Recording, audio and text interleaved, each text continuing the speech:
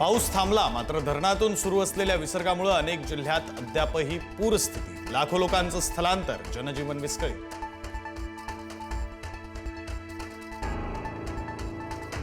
नुकसान भरपाईसाठी अर्ज करताना शेतकऱ्यांना करावा लागतोय केवायसीच्या अडचणींचा सामना. एकीकडे पाऊस, दुसरीकडे तांत्रिक अडचणींची जोखड. शेतकरी दुहेरी संकटात.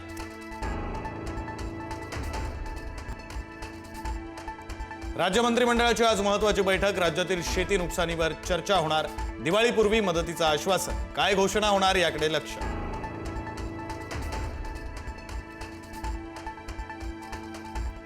राज्य मंत्रिमंडळाच्या बैठकीआधी अजित पवारांच्या राष्ट्रवादीची बैठक. अजित पवार मंत्र्यांना सूचना करणार.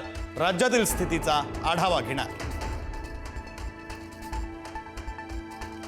मदतीसाठी मंदिरांचा पुढाकार. दर्गा मशिदी मागे का? भाजपचे प्रवक्ते केशव उपाध्ये यांनी उपस्थित केला सवाल.